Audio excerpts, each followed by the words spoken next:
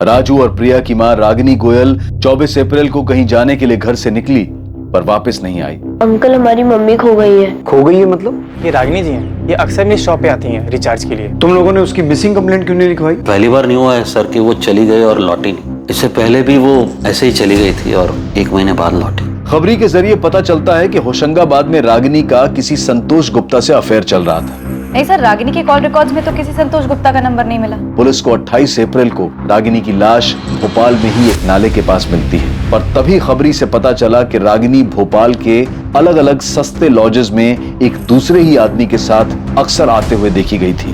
Police को उस लड़की की लाश मिल गई है। मैंने रागिनी का आईपी एड्रेस निकाला और ये उसका दूसरा नंबर था 444218। लास्ट बात इनकी 23 अप्रैल को हुई थी। फ्रेंड स्क्वायर से 22 अप्रैल की मुझे रागिनी की एक और चैट मिली है जो संतोष गुप्ता के साथ है। वो सब कहाँ मिलेगा पता है तुम्हें? सर, संतोष तो 1 साल पहले सिंगापुर चला गया। मैं और करण दुबई में है। बहुत जल्द तुम्हारी भी टिकट आ जाएगी। वो लोग हम तक पहुंच ही नहीं पाएंगे। इस शेखर का पूरा नाम शेखर प्रजापति है, हमारे दूर का रिश्तेदार है सर। 3 दिन पहले शेखर की पत्नी सुमित्रा का फोन आया था सर। पूछ रही थी वो मुझसे मिला क्या। अब पता चला कि ये रागिनी से मिलने आता था। राजू, प्रिया, मुझे माफ कर दो। माफ कर दो मुझे। ये तो शेखर है, जानता हूं मैं इसे सर। ये रागिनी का दूर का रिश्तेदार है। तो फिर तुम्हें ये कैसे नहीं पता कि शेखर अक्सर तुम्हारी पत्नी को मिलने भोपाल आता था? 444218 ये तुम्हारी पत्नी रागिनी का फोन नंबर है, दूसरा फोन नंबर। रागिनी के पास दूसरा फोन भी था? कभी पता नहीं उसको मुझे सर।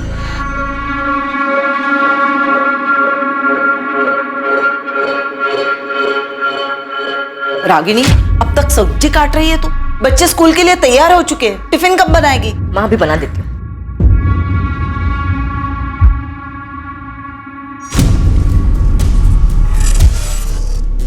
रागिनी,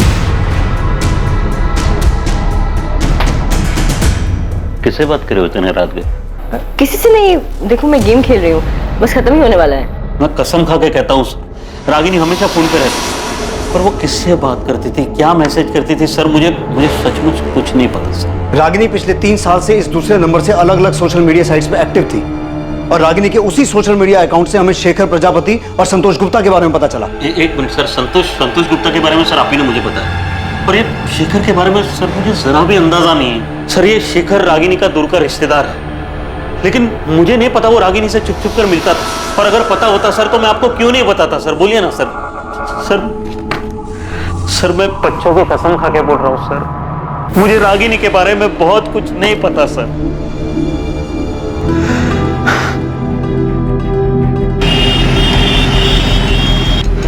रागिनी गोयल, शेखर भोपाल में रागिनी से मिलने जाते थे? लेकिन ऐसा कैसे हो सकता है? मुझे तो हमेशा उन्होंने यही बताया कि वो भोपाल काम के सिलसिले में जाते हैं। सुमित्रा जी, ये रहे शेखर के चैट रिकॉर्ड्स। पिछले 1 साल से वो दोनों भोपाल के अलग अलग लॉजेस में मिल रहे थे। हमने लॉज के मालिकों से भी कंफर्म किया है। हाँ, ये था शेखर प्रजापति नाम इसका। नाम तो कभी पूछा नहीं, पर हाँ आदमी यही था। सर मैंने सारे लॉजों के मालिकों से बात की, पता चला है कि पिछले 1 साल से शेखर प्रजापति ही रागिनी के साथ अलग अलग लॉजेस में जाकर ठहरा था। सबने फोटो देकर कंफर्म भी किया है कि यही आदमी था। 24 अप्रैल को ये दोनों कौन से लॉज में रुके थे? क्योंकि 24 अप्रैल को शेखर रागिनी से मिलने भोपाल आने वाला था। अब हमें अपने रिलेशनशिप को नए सिरे से देखना होगा, नई शुरुआत करनी होगी। मैं तुम्हारे बिना नहीं रह सकता रागिनी, मैं कल भोपाल आ रहा हूँ, कल मिलते हैं। सर मैंने जितने लॉजों में पता किया, 24 तारीख को ये दोनों उनमें से किसी में नहीं गए थे। ऐसा कैसे हो सकता है बबलू? 24 अप्रैल को शेखर रागिनी से मिलने भोपाल आने वाला था, तो ये दोनों कहीं तो रुके होंगे। अच्छा सुन, हमें शेखर के घर का पता चल गया। तू लग जाए संतोष गुप्ता के पीछे, पता कर इसका ठिकाना कहाँ है। ये सिंगापुर में तो नहीं है, इसका फोटो मैं तुझे भेजता हूँ। हाँ चलिए। हमारे पास इसका मैसेज है। उसने 22 अप्रैल को मैसेज किया था कि वो रागिनी से मिलने भोपाल आ रहा है। रागिनी मैं भोपाल आ रहा हूँ और इस बार तुम्हें अपने साथ सिंगापुर लेकर ही जाऊंगा। पिछली बार तुमने चीजें अधूरी छोड़ी थी, उसे अब पूरा कर दो प्लीज। रागिनी मैं तुम्हारे बिना अधूरा हूँ। मेरे लिए तुम दुनिया की सबसे खूबसूरत औरत हो। मैं तुम्हारे बिना नहीं रह सकता। ये रागिनी के 2 बच्चे हैं, पति है, घर है, ऊपर में 2 एक्स्ट्रा साइड में प्यार करने वाले भी है। इसको लाइफ में और चाहिए क्या था? अब उसे लाइफ में क्या चाहिए था क्या नहीं, ये तो हमें नहीं पता। हमारा काम सिर्फ इतना है कि हम कातिल को जल्द से जल्द पकड़ें। तू जोर शोर से काम पर लग जा। ये शेखर और संतोष, इन दोनों को हमें जल्द से जल्द पकड़ना है। मम्मी, पापा हमें छोड़ के नहीं जा सकते, वो हमसे बहुत प्यार करते हैं। बेटा, मैं समझ सकती हूँ तुम्हें ये सुनकर अच्छा नहीं लग रहा होगा। अनीता, सुमित्रा जी, ये सच है, हमें ये मैसेजेस रागिनी के चैट रिकॉर्ड में से मिले हैं। मैं तो कभी सोच भी नहीं सकती थी कि शेखर मुझे धोखा दे सकते हैं। शेखर इस वक्त कहाँ छुपे हो सकते हैं? अब मैं नहीं कह सकती वो कहाँ जा सकते हैं। अगर शेखर फोन करे तो आप हमसे छुपाइएगा मत। बहुत सारे सवाल हैं जो हमें उनसे करने हैं।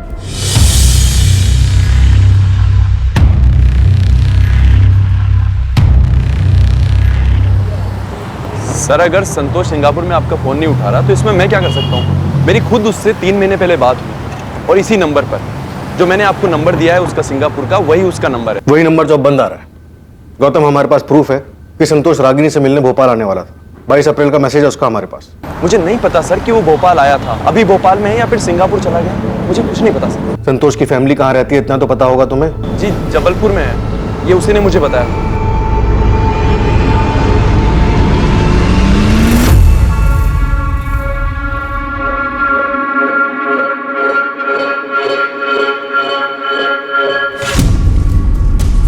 इस प्रशांत की छोटी बड़ी सभी डिटेल्स निकाल।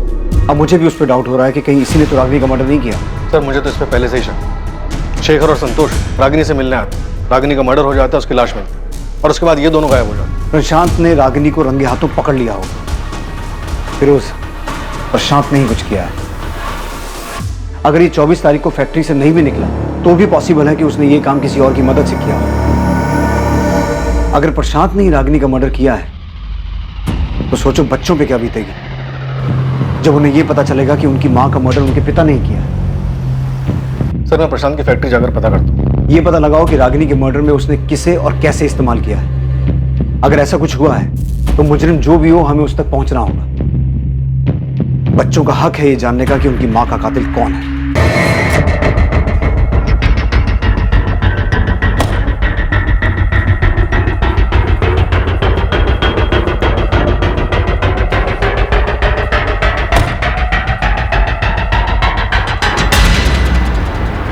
मम्मी की फ्लाइट मुंबई से 2 बजे की, वो एयरपोर्ट के लिए निकल चुकी है। अच्छी बात है। वहाँ वो सुनील, वो अब तक निकला कि नहीं? हाँ, वो भी निकल चुका है।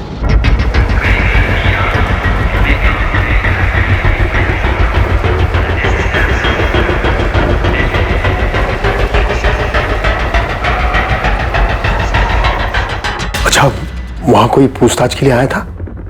हाँ, पुलिस को कोई खबरी आया था। ये औरत इन दोनों में से किसी एक के साथ आपके होटल में आई थी क्या? नहीं, मैंने इन तीनों को कभी नहीं देखा। थोड़ा ध्यान से देखिए ना, 24 अप्रैल को आए होंगे। अरे हाँ, याद आया, इस औरत की फोटो मैंने अखबार में देखी थी। हाँ, देखा होगा, इसका मर्डर हो गया। ओह, अच्छा, आपका जरा रजिस्टर चेक करके बताओ ना, शायद आपके ध्यान से निकल गया हो।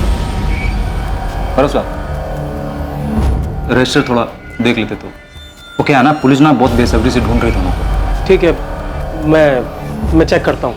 कुछ मिला उन्हें? पापा, घबराने की कोई बात नहीं है, उन्हें कुछ नहीं मिला। गौरव ने सब संभाला, सब ठीक है। पुलिस ने शेखर प्रजापति का फोन नंबर सर्विलेंस पर डाल दिया था।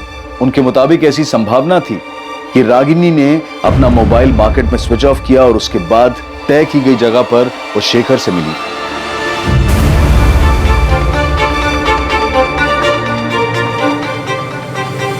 इसके साथ साथ पुलिस संतोष गुप्ता के परिवार को भी ढूंढने में जुटी थी, जिससे वो संतोष गुप्ता के ठिकाने तक पहुंच सके। साथ ही उन्हें यह भी अंदेशा था कि जिस आदमी से फोन ऑफ करने के बाद रागिनी मार्केट में मिली थी वो संतोष भी हो सकता था। पुलिस संतोष और शेखर को पूरी मेहनत से तलाश कर रही थी, जो अब तक उनकी पहुंच से बाहर थे। सिर्फ ये 2 लोग ही नहीं, बल्कि एक लाश भी उनकी जानकारी, उनकी पहुंच से बाहर थी। एक दूसरी लाश जिसका उन्हें अंदाजा तक नहीं था। जिस तरह पुलिस इस लाश से अनजान थी, ठीक उसी तरह उन 3 लोगों से भी बेखबर थी जो दुबई में जाकर छुप गए थे।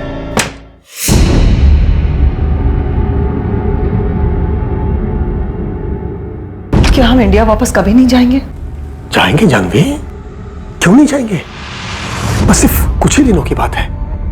एक बार ये सब ठंडा हो जाए फिर हम लोग आराम से चले जाएंगे।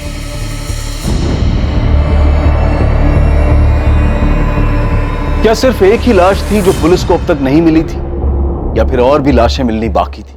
रागिनी उस दिन घर से झूठ बोलकर क्यों निकली थी? वो कहां जाने वाली थी, क्या करने वाली थी, उसका प्लान क्या था, और क्या उसके इस प्लान के बारे में उसके पति प्रशांत को पहले से पता था?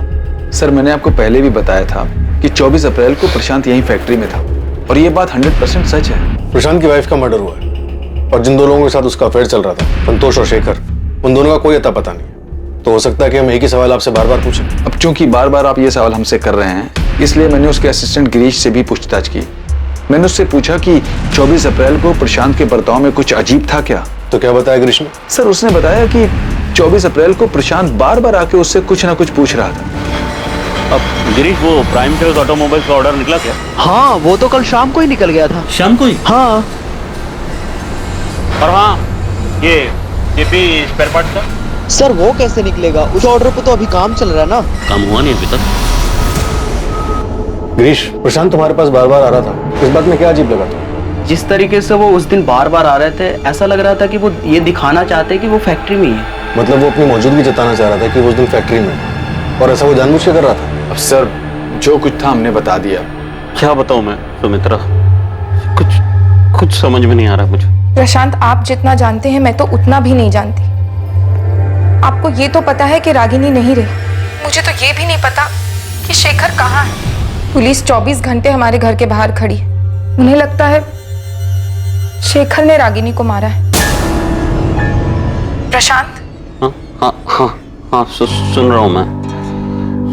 सुमित्रा, मुझे कुछ नहीं पता शेखर के बारे में। शेखर और रागिनी के बीच जो कुछ भी चल रहा था, वो क्या पिछले साल इंदौर में जीतू की शादी के दौरान शुरू हुआ था? नहीं पता मुझे सुमित्रा, कुछ नहीं पता कब, क्यों और कहाँ ये सब शुरू हुआ। लेकिन प्रशांत, जीतू की शादी में ही तो हम सब पहली बार मिले थे।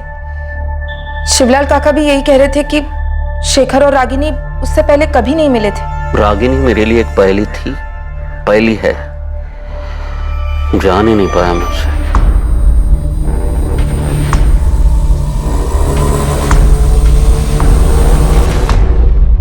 भैया, मम्मी हमें छोड़कर क्यों गई? भैया क्यों गई? रो मत प्रिया, मैं हूँ तेरे साथ। सर, शेखर का लास्ट लोकेशन मिल गया है। छत्रभुज मार्केट प्लेस? यस सर, वो 24 तारीख को भोपाल आया था। ना तो शेखर की पत्नी सुमित्रा और ना ही रागिनी के मामा शिवलाल हमें बता पा रहे हैं कि शेखर कहाँ हो सकता है। हाँ सर, इन दोनों से कोई इन्फॉर्मेशन नहीं मिली। बस इतना पता चला कि शेखर अहमदाबाद में एक ट्रेडिंग कंपनी में काम करता था। कंपनी से पता चला कि वो महीने में सिक लीव लेता था और अपनी पत्नी को कहता था कि वो भोपाल काम से जा रहा है। और संतोष गुप्ता, उसके बारे में कुछ पता चला? उसके जबलपुर वाले घर का पता मिल गया। वहाँ की पुलिस उसके माँ बाप से मिल भी चुकी है। साहब, संतोष यहाँ नहीं है। करीब 1 साल हो गया उसे घर पर आए हुए। आप चाहो तो पूरे घर की तलाशी ले लो। तलाशी तो हम लेंगे नरेंद्र जी, लेकिन अगर वो हमें नहीं मिला तो आप लोग हमारी नजर में आ जाएंगे। साहब, हम तो जानते भी नहीं है कि रागिनी है कौन। और रही बात संतोष की, तो जब से वो सिंगापुर गया हमने उसकी शक्ल भी नहीं देखी है। देखिए, ये तो साफ हो चुका है कि संतोष का रागिनी के साथ 2 साल से चक्कर चल रहा था, और रागिनी संतोष के पास 1 महीना रही भी थी। और अब ये भी साफ हो चुका है कि संतोष रागिनी से मिलने भोपाल आने वाला था, और जिस दौरान वो रागिनी से मिलने भोपाल आने वाला था उसी टाइम पे रागिनी का कत्ल हुआ है। देखिए, भोपाल पुलिस ढूंढ रही है उसे। साहब, इसमें हम क्या कर सकते हैं? हमें डरा धमका कर कि आपको क्या मिलने वाला है। और साहब, अगर हमारी उससे बात हुई होती या अगर वो यहाँ होता तो हम आपसे क्यों छुपाते? सर, जबलपुर पुलिस ने पता किया। संतोष के माँ बाप को उसके बारे में कुछ भी नहीं पता, और ना ही उसके दोस्त गौतम को कुछ पता है कि वो कहाँ रहता है सिंगापुर में या किस कंपनी में काम करता है। बबलू भी अभी तक पता नहीं लगा पा रहा कि 24 तारीख को रागिनी से मिलने कौन आया था, संतोष या शेखर, और वो कहाँ मिले थे। नहीं सर, उसके हाथ दोष नहीं लगा। बस इतना पता चला कि 24 तारीख को प्रशांत फैक्ट्री में था, पर अजीब बर्ताव करा, नॉर्मल नहीं था। लेकिन इतना समझ में नहीं आ रहा है कि उसने रागिनी को अगर मारा तो कैसे। उसके फोन रिकॉर्ड से भी कुछ नहीं मिला। फिरोज, हमसे ऐसा क्या छूट रहा है, क्या मिस हो रहा है कि सामने आ ही नहीं पा रहा कि रागिनी उस दिन संतोष या शेखर में से किसे मिली, कहाँ मिली? कहीं तो मिले होंगे ना वो लोग। अगर प्रशांत ने किसी और को भी रागिनी के पीछे भेजा होगा तो रागिनी कहीं तो गई होगी, कहीं तो उसका मर्डर हुआ होगा। किसी ने तो ये सब किया होगा ना, किसी गाड़ी, किसी ट्रांसपोर्ट का इस्तेमाल हुआ होगा और जाहिर सी बात है मर्डर है तो पैसे भी लिए दिए गए होंगे।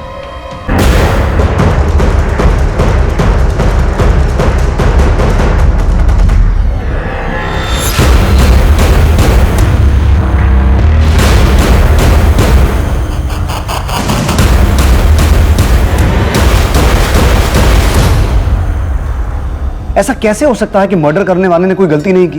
वो आराम से छुपा बैठा है, इतनी सफाई से काम किया है कि हमारे हाथ एक क्लू तक नहीं लगा।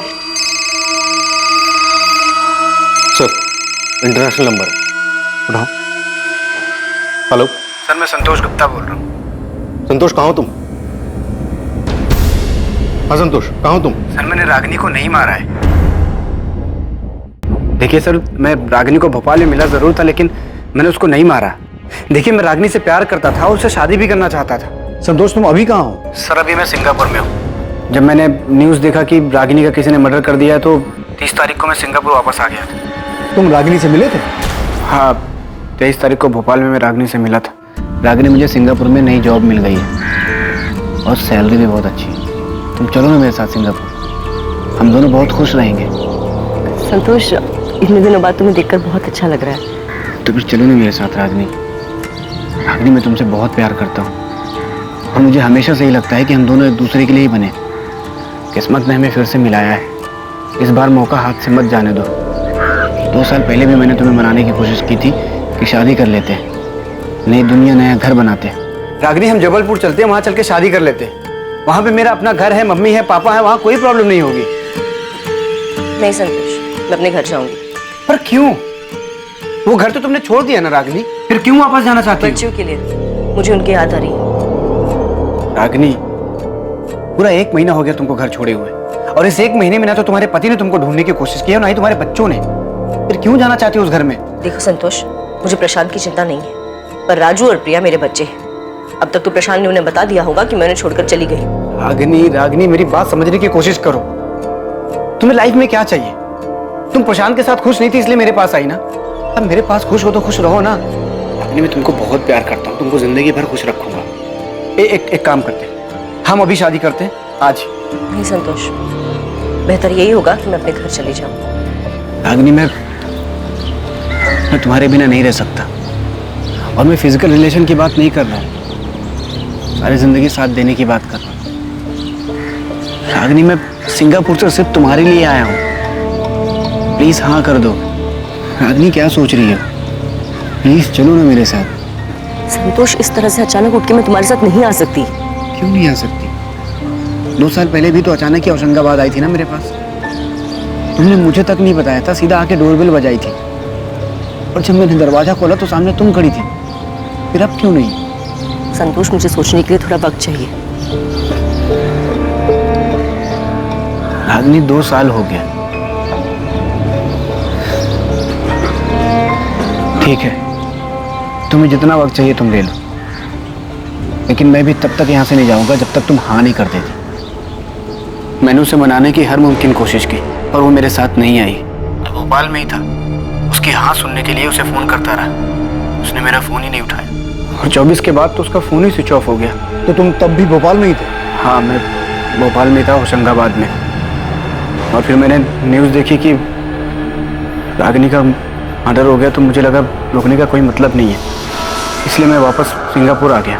संतोष गुप्ता, तुम्हारी ये सफाई काफी नहीं है। ये बिल्कुल मत समझना कि तुमने सामने से फोन किया है तो तुमने जो भी कहा उस पर हमने पूरी तरह से यकीन कर लिया। और इस गलत फहमी में तो बिल्कुल मत रहना कि तुम सिंगापुर में हो तो हम तुम्हें छू नहीं पाएंगे।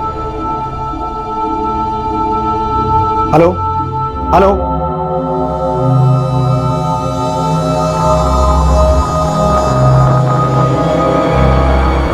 फिर इसके बाद वहीं तक सच होगी जहां तक ये रागिनी को मना रहा है। रागिनी के मना करने और इसके ये बात मान लेने की कहानी सब बकवास है। हो सकता है बकवास हो फिरोज, पर मुझे ये रागिनी समझ में नहीं आ रही। क्या औरत थी ये? एक तरफ शेखर, एक तरफ संतोष, 2 बच्चे भी थे। ये कर क्या रही थी? चाहती क्या थी? सर, राजनगर पुलिस स्टेशन से फोन आया था, उन्हें एक डेड बॉडी मिली है। किसकी? शेखर प्रजापति की। डेड बॉडी बोरी में थी। हालत देख रहे हो? जिस तरह से डिकम्पोज हुई है, उसे देखकर साफ लग रहा है कि इसका मर्डर भी काफी दिन पहले हो चुका है।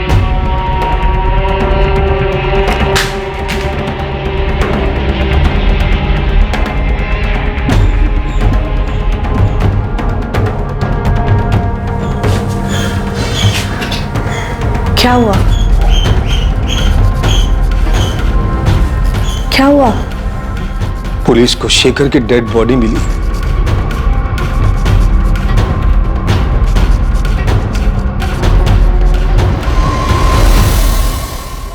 एक दूसरी लाश जो पहले से मौजूद थी लेकिन पुलिस को आज मिली थी, शेखर प्रजापति की थी। उस शेखर प्रजापति की जिसके रागिनी के साथ नाजायज संबंध थे। पहले रागिनी की लाश मिलती है जिसकी बेरहमी से गला दबाकर हत्या की गई और फिर कुछ दिन बाद शेखर की लाश सामने आ गई। अब पुलिस के लिए इस केस में दो अहम संदिग्ध होने वाले थे।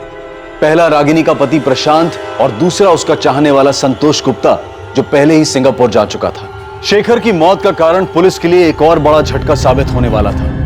इंस्पेक्टर, इसकी मौत को भी 72 घंटे से ज्यादा बीत चुकी। एक्चुअली बॉडी जिस हालत में मिली है या जिस तरह से डिकम्पोज हो चुकी है, सही वक्त बताना मुश्किल है। पर ऐसा हो सकता है कि इसका मर्डर भी रागिनी की तरह 24 अप्रैल को ही हुआ हो। हाँ, हो सकता है दोनों की मौत 24 अप्रैल को ही हुई हो, पर इसका मर्डर नहीं हुआ। मर्डर नहीं हुआ तो? इसकी बॉडी से पॉइजन के ट्रेसेस मिले, वो भी बड़ी मात्रा में। पॉइजन? जी। तो आप ये कहना चाहते हैं कि शेखर का मर्डर नहीं हुआ बल्कि इसने आत्महत्या की है? इतना तो श्योर होकर बोल सकता हूं कि इसको जहर जबरदस्ती नहीं दिया गया। हाँ, किसी चीज में मिक्स करके दिया हो तो पता नहीं। कैसे मारा तूने रागिनी को? शेखर को जहर कैसे दिया? अब ये मत कहना कि तुझे कुछ नहीं पता, क्योंकि हमें पता है कि 24 तारीख को तो अपनी फैक्ट्री के स्टाफ को जानबूझ के ये जता रहा था कि तू वहां है। किसे भेजा था उनके बीच? ये बेबस बनने का नाटक खत्म हुआ प्रशांत। याद रख, तुझे अपने बच्चों का सामना भी करना है, क्योंकि कहीं ना कहीं उन्हें भी इस बात का एहसास है कि उनकी मां का कत्ल तूने किया है। मैं अपने बच्चों से बहुत प्यार करता हूँ सर, हमेशा उनका ख्याल रखूं। रागिनी अब उनके साथ नहीं है तो क्या, वो उनके दिल, दिमाग और यादों में हमेशा रहे। ये संत बनने का नाटक बंद कर प्रशांत, और ये बता कि रागिनी का मर्डर कैसे किया, कहां किया, शेखर को जहर कैसे दिया, कैसे मारा तूने इन दोनों को?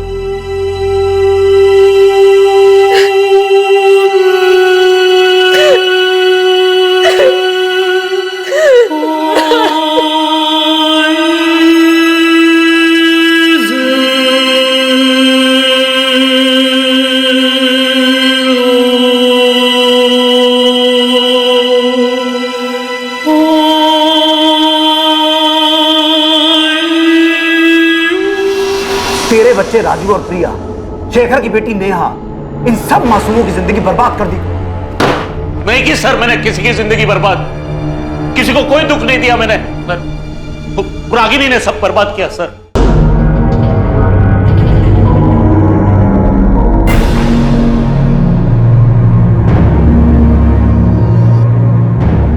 मुझे बिल्कुल भी अंदाजा नहीं था कि रागिनी के शेखर और संतोष नाम के आदमियों के साथ नाजायज संबंध थे। सर, ये बात सच है और हमेशा सच रहेगी। आप चाहे मुझ पर कितना भी शक करो कि मैंने मारा है रागिनी को। सर, मारा होता ना तो कबूल करने में मुझे कोई दिक्कत नहीं थी, क्योंकि ये बात किसी से नहीं छुपी कि रागिनी मेरे साथ खुश नहीं थी और ना ही मैं उसके साथ खुश थी। और ये बात भी नहीं छुपी कि हमारी शादी में कुछ नहीं बचा था, मर चुकी थी वो। आपको अंदाजा भी नहीं होगा कि मैंने अकेले बच्चों को कैसे पाला है, मां के होते हुए। वो मां जो बस लगातार फोन पे लगी रहती थी, 24 घंटे किसी के साथ बातें करती रहती थी। सर, आपके सामने तो सिर्फ शेखर और संतोष के नाम आए ना, और न जाने कितने नाम और भी होंगे, लोग होंगे जो अभी तक बाहर नहीं आए, छुपे हुए हैं। कैसा महसूस होता होगा मुझे, एक पति को, जब उसकी पत्नी बिना कुछ बताए घर के बाहर इसलिए निकलती ताकि वो दूसरे मर्दों के साथ नाजायज संबंध बना सके, अपने सुख के लिए, अपने परिवार, अपने गृहस्थी, यहाँ तक कि अपना बच्चों का भविष्य दांव पे लगा दे। सर, मेरी बात छोड़िए मुझे जाने दीजिए। और वो क्या थी, ऐसा क्यों कर रही थी सर वो? मैं क्या, उसके खुद के मामा जी भी पता नहीं था, समझ नहीं पा रहे। Nita, foreign commissioner office request भेजो संतोष को सिंगापुर से इंडिया लाने के लिए। मुझे किसी भी कीमत पर वो आदमी यहाँ चाहिए। सर, अभी भेज दे। एक औरत ऐसे ही किसी को गार्डन में मिली, कोई आया, उसका गला दबाया, एक और आदमी को जहर पिला के मार दिया। ऐसा नहीं हो सकता फिरोज। जरूर शेखर और रागिनी कहीं मिले होंगे किसी ऐसी जगह पर जहां संतोष या प्रशांत ने उनका पीछा किया और मार डाला।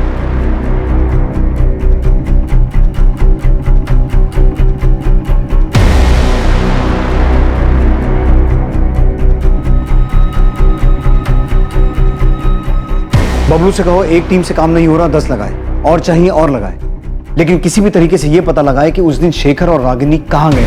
कोई तो ऐसा होटल या लॉज होगा जहां उनका पीछा किया गया, दोनों का मर्डर किया गया। सर मैंने रागिनी और शेखर की पोस्टमार्टम रिपोर्ट पढ़ी थी। फिरोज, पोस्टमार्टम रिपोर्ट में क्या लिखा है मुझे पता है, लेकिन मुझे किसी भी तरह उस आदमी का पता लगाना है जिसने ये मर्डर्स किए हैं। हम गोल गोल गोल गोल घूमे जा रहे हैं। एक दिन दो बच्चे आते हैं अपनी माँ को ढूंढते हुए, हमें उनकी माँ की बजाय उसकी डेड बॉडी मिलती है, फिर उसके प्रेमी की डेड बॉडी मिलती है, लेकिन ये क्लू नहीं मिलता कि किसने मारा, क्यों मारा। सर शेखर का मर्डर नहीं हुआ, उसने सुसाइड किया। फिरोज, तुम्हारा दिमाग ठीक है? वो सुसाइड क्यों करेगा? और अगर उसने सुसाइड किया भी है तो रागिनी का तो मर्डर हुआ है ना। सर मुझे लगता है शेखर ने रागिनी का मर्डर किया होगा।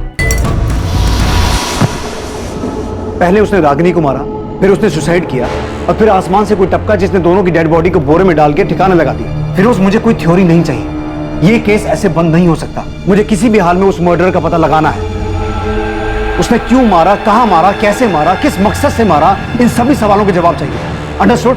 Right sir.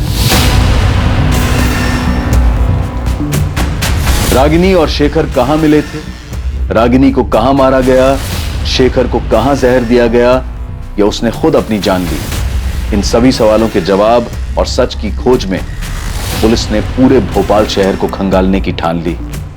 दूसरी तरफ संतोष को सिंगापुर से इंडिया वापस लाने की कोशिशें भी तेज कर दी गईं। एक बार पुलिस से बात करने के बाद संतोष ने अपना फोन स्विच ऑन किया ही नहीं। वो ना तो अब किसी फोन और ना ही किसी मैसेज का जवाब दे रहा था।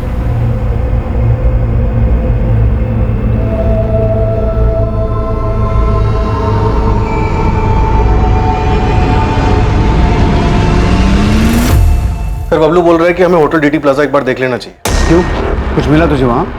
नहीं सर, कुछ नहीं मिला, इसी के लिए तो बोल रहा हूँ सर। बबलू, अंधेरे में तीर मत चला, मुझे इस केस में स्ट्रॉन्ग लीड चाहिए। इस बात की लीड कहीं से नहीं मिल पा रही है कि रागिनी और शेखर मार्केट में मिलने के बाद गए कहाँ। सर मैंने हर लॉज छान मारा।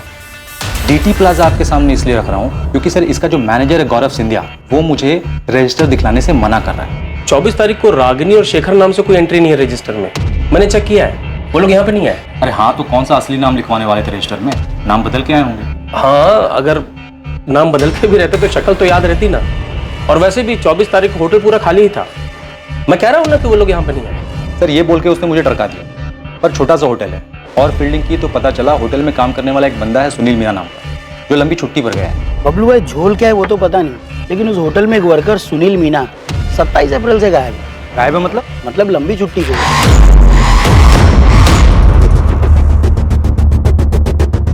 तो मतलब तेरे को लगता है उसने कुछ झोल किया क्या? हाँ भाई, क्योंकि जानता है गणेश, ये शेखर और रागिनी कहाँ मिले, मिलकर कहाँ गए, कौन से चद्दर पलटी होटल में रुके, कुछ पता नहीं चल पा रहा। भाई होटल तो ये भी चद्दर पलटी और मालिक है एकदम कंजूस। मतलब इतना कंजूस है ना कि एक भी रूम खाली रह जाए तो मर जाता था, लेकिन पिछले कुछ दिनों तक ये होटल बंद था। सर सुनील मीना लंबी छुट्टी पर चला जाता है, 24 अप्रैल के बाद 27 तक होटल बंद रहता है। होटल का मैनेजर रजिस्टर दिखलाने से मना करता है। सर मैं पक्का बोल रहा हूँ, यहाँ पे कुछ ना कुछ झोल तो है। डीटी प्लाजा होटल के बारे में मिली ये छोटी सी जानकारी इस केस में बड़ा खुलासा करने वाली थी। एक छोटी सी लीड की तलाश में भटकती पुलिस को एक बड़ी कामयाबी हासिल होने वाली थी। डीटी प्लाजा होटल में कुछ नहीं, बहुत कुछ घटा था।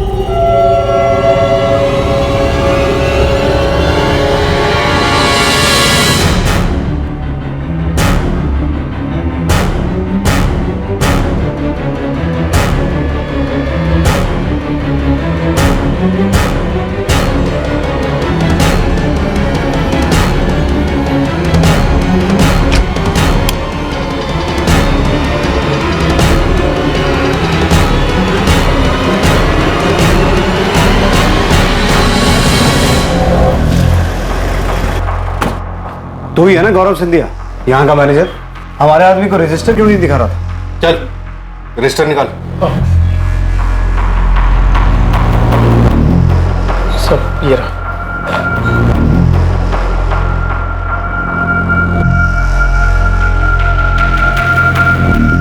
इसमें तो एंट्री 29 अप्रैल से है, उसके पहले की कहाँ है? वो तो नहीं है सब, क्योंकि मालिक हर महीने रजिस्टर बदल देते हैं।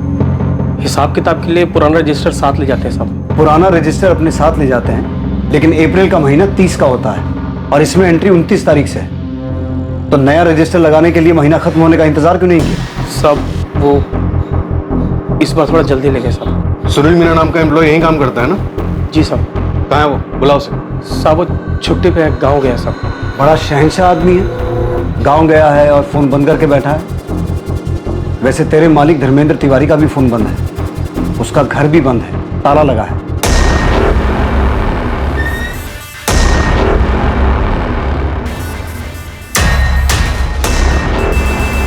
तेरा मालिक भी गांव गया है, चल कर आया। तूने बबलू से कहा था कि 24 तारीख को ये दोनों यहां नहीं आए थे। सीधा सीधा बोल, धर्मेंद्र तिवारी और सुनील मीना कहाँ हैं? वरना तुझे भी गांव भेज दूंगा और कभी वापस नहीं आ पाएगा। मालिक अपनी फैमिली के साथ दुबई भाग गए हैं साहब, और सुनील अपने गांव गया है सागर। मतलब रागिनी और शेखर 24 तारीख को यहाँ आए थे? जी साहब, लेकिन साहब मुझे इनका नाम नहीं मालूम साहब, क्योंकि ये दोनों रजिस्टर में अलग नाम से एंट्री किए थे साहब।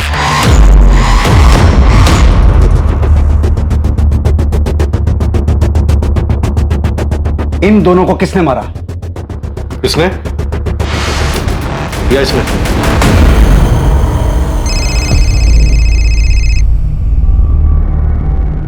अनीता, कैलाश मौर्य नाम का एक आदमी आया है। कौन है? सर ये 24 तारीख को डीटी प्लाजा में था। बोल रहा है इसने रागिनी और शेखर को देखा था रूम नंबर 104 में। हमें भी यहाँ बहुत कुछ मिला है। रागिनी और शेखर 104 नंबर में रुके थे।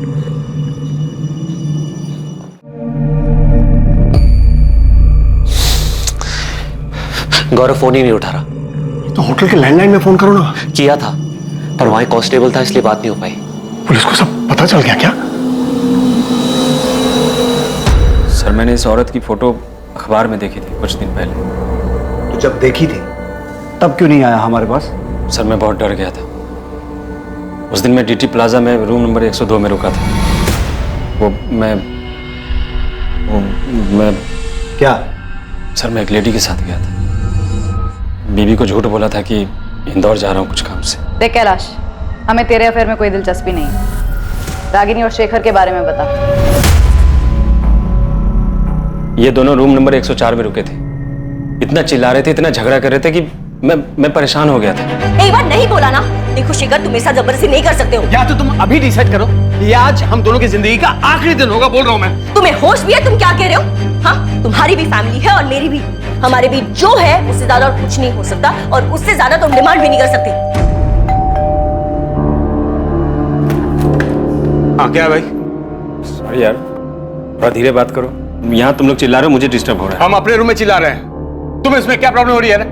तुम अपने रूम में रहो ना। भाई मैं अपने ही रूम में हूँ, तुम्हारी आवाज वहां तक आ रही है। हाँ ठीक है, सॉरी, अब नहीं आएगी। जाओ।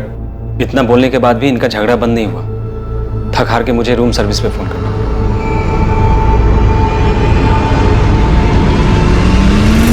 यही था वो आदमी? रूम सर्विस वाला जिसे तुमने बुलाया था? हाँ सर, यही था। शेखर, अब तुम मेरी नाक में दम कर रहे हो, इरिटेट कर रहे हो मुझे। तो अब मैं प्रशांत की जगह ले ली। मैं तुम्हें परेशान कर रहा हूँ? हाँ शेखर, मैं अपनी पूरी जिंदगी तुम्हारे साथ नहीं बिताना चाहती। अभी सब कुछ कितना अच्छा है हमारे बीच। तुम मतलब तुम ये चाहती हो कि मैं अहमदाबाद से अपने बीवी बच्चों को छोड़कर तुम्हें खुश करने यहाँ आता रहूं, और तुम मेरी खुशी का बिल्कुल ध्यान नहीं रखोगी? एक मिनट, मैं भी अपने पति और बच्चों को छोड़कर आ रही हूँ यहाँ, और तुम यहाँ सिर्फ मेरी खुशी के लिए नहीं, अपनी खुशी के लिए भी आते हो। और हमेशा से यही रहा था हमारे बीच, और यही रहेगा। और ज्यादा तुम नहीं मांग सकते। मांग सकता हूँ, बिल्कुल मांग सकता हूँ। मैं तुमसे शादी करना चाहता हूँ, इसी वक्त तुम्हें हाँ बोलना पड़ेगा। तुम मना नहीं कर सकते। तुम होश में तो हो तुम? हमारे बीच शादी की बात कब हुई थी? मैंने कभी तुमसे कहा कि मैं तुमसे शादी करना चाहती हूँ? एक शादी करके देख ली है मैंने, और अब तक पछता रही हूँ। बच्चे हैं इसलिए झेल रही हूँ। लेकिन मैं तुम्हारे ये नखरे नहीं झेलूंगा रागिनी। क्या हुआ? हाँ सर, सामने वाला थोड़ा परेशान हो रहा है, थोड़ा धीरे बात कीजिए ना। हाँ ठीक है, ठीक है, ठीक है। Thank you. फिर रात के करीब 12 साढ़े 12 बजे के बाद उस कमरे से आवाज आनी बिल्कुल बंद हो गई। फिर मैंने सुबह 7 बजे होटल छोड़ दिया। तुम्हारे साथ कौन थी उस दिन? वो लेडी? प्लीज मैडम, इसमें हमें मत घसीटिए। वो भी शादीशुदा है और मैं भी। बेकार में हम दोनों के घर टूट जाएंगे। तुझे अपना बयान डिटेल में लिखवाना होगा। अगर तू हमारे पास पहले आ गया होता ना, तो ये केस बहुत पहले सॉल्व हो गया होता। सुनील मीना जो सागर में अपना मोबाइल बंद करके बैठा था, पुलिस ने उसे सागर के ही उसके घर से अरेस्ट किया। रागिनी के कत्ल और शेखर की मौत का सच चौंका देने वाला था। क्या हुआ था डीटी प्लाजा में? और सुनील मीना हमारे कब्जे में है। तो ये मत समझना दुबई में बैठा तेरा मालिक तुझे बचा लेगा। मैडम साहब, मैं तो सिर्फ नमक का फर्ज अदा कर रहा हूँ साहब। उनको मारने मेरा हाथ नहीं है साहब, मैंने नहीं मारा। ये डायलॉग बाजी बंद कर। अगर तेरा हाथ नहीं है तो रागिनी और शेखर को मारा किसने? होटल में से किसी का हाथ नहीं साहब, किसी ने नहीं मारा। तो फिर रागिनी और शेखर मरे कैसे? साहब 25 तारीख की सुबह जब सुनील रूम सर्विस के लिए गया था साहब, तो वो लोग दरवाजे ही नहीं खोल रहे थे साहब। सुनील ने मुझे बताया तो मैं चेक करने के लिए गया था। रात भर झगड़ा कर रहे थे, अब दरवाजा नहीं खोल रहे हैं। बैल बजा बजा के थक गया सर मैं।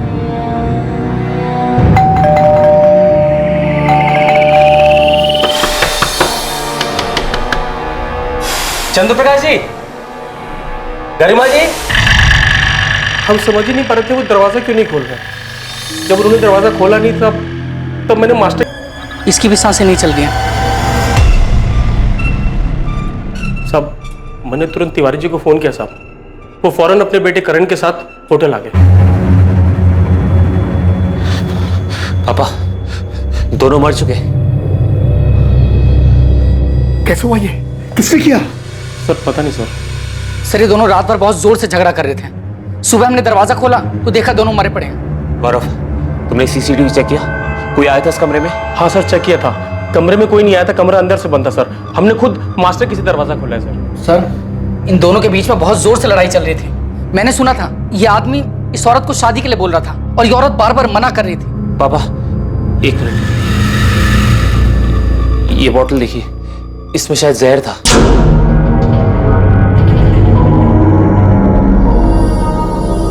सर मैंने खुद सीसीटीवी चेक किया सर, कमरे में कोई नहीं आया था।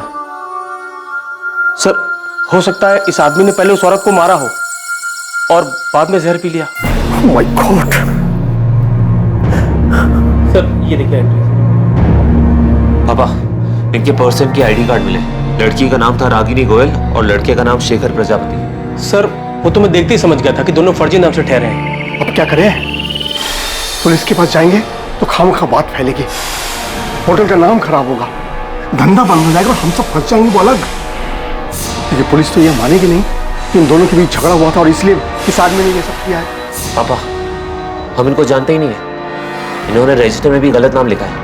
इनके फैमिली वाले आप जो भी है यहाँ तक पहुंच ही नहीं पाएंगे। तुम कहना क्या चाहते? यही कि अगर हम इनकी बॉडी ठिकाने लगा दें तो किसी को पता ही नहीं चलेगा ये लोग यहाँ कभी आए भी थे या इधर कुछ भी हुआ था।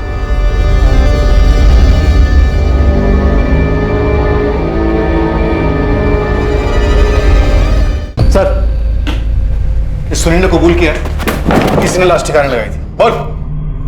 मालिक का नमक खाया साहब। अब आप ही बताओ मालिक के साथ नमक हरामी कैसे कर सकते थे?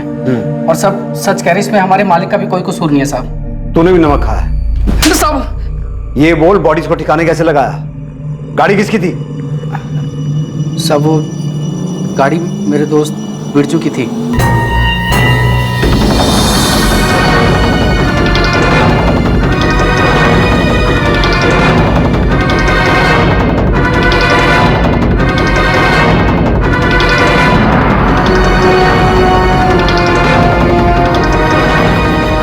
सब पहले हमने उस औरत की बॉडी को हुसैन नगर के नाले में फेंका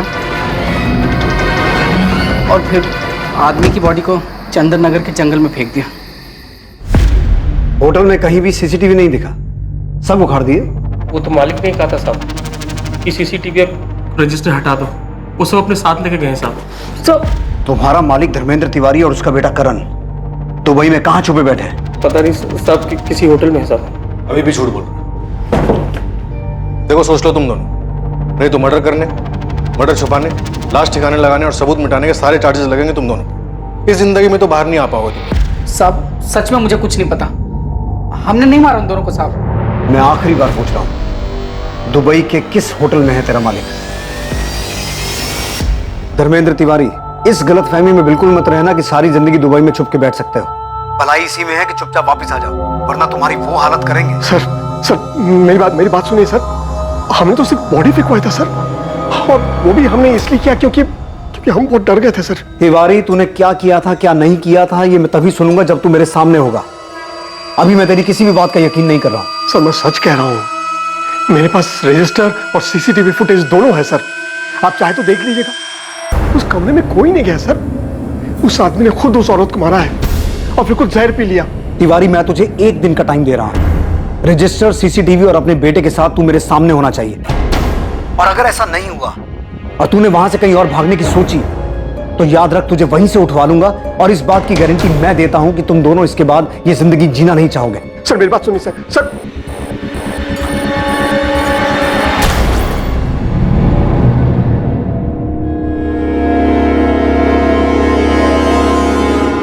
सर मैंने जो पोस्टमार्टम रिपोर्ट देख के फिगर आउट किया था वो थ्योरी नहीं, सच था। मैं तुमसे शादी करना चाहता हूँ, इसी वक्त तुम्हें हाँ बोलना पड़ेगा, तुम मना नहीं कर सकते। तुम एक बार नहीं बोला ना। देखो शेखर, तुम मेरे साथ जबरदस्ती नहीं कर सकते हो।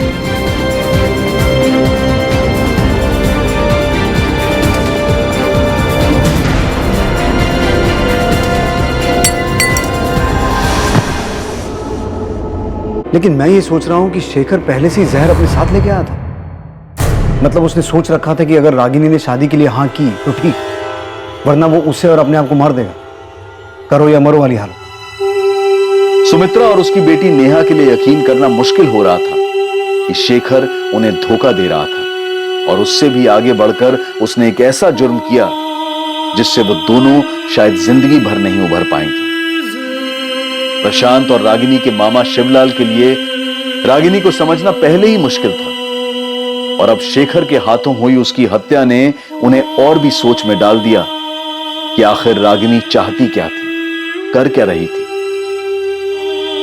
संतोष गुप्ता तक पुलिस दोबारा नहीं पहुंच पाई, और अब उसकी जरूरत भी नहीं थी, क्योंकि साफ हो चुका था कि रागिनी की हत्या से उसका कोई वास्ता नहीं था। धर्मेंद्र तिवारी और उसके बेटे करण तिवारी ने दुबई से वापस आकर अपने आप को पुलिस के हवाले कर दिया।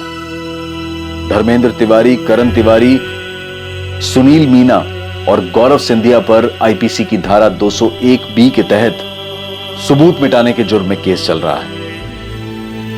डीटी प्लाजा होटल के मालिक से मिली सीसीटीवी फुटेज से साबित हुआ कि 24 अप्रैल की रात जब रागिनी का कत्ल हुआ और शेखर की मौत हुई, उस दिन रागिनी और शेखर के कमरे में कोई दाखिल नहीं हुआ था। राजू, प्रिया, मुझे पता है कि आप लोग बहुत दुखी हो। इतना आसान नहीं इस दुख को बुलाना, पर आप दोनों को स्ट्रांग बनना होगा। आपके पापा आपके साथ हैं और वो हमेशा रहेंगे। और अपनी मम्मी के साथ बिताए वो दिन याद करना जब आप सब बहुत खुश थे, सब ठीक था। प्रशांत, आप बहुत मजबूत इरादों वाले सचमुच भले इंसान। बच्चों को अब आपकी पहले से कहीं ज्यादा जरूरत है। वो दुखी हैं, सदमे में हैं, उनका ध्यान रखना।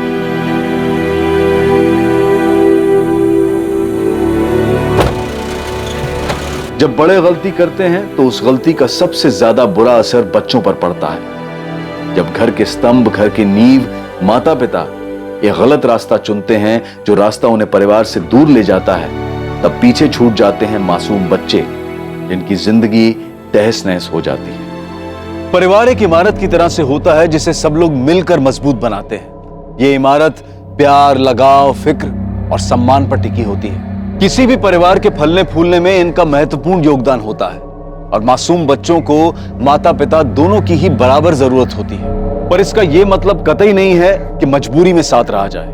बेशक बच्चे उस वक्त अलग होने के फैसले की अहमियत को ना समझ पाए, पर सही समय पर लिया गया फैसला जिंदगी सुधार भी सकता है।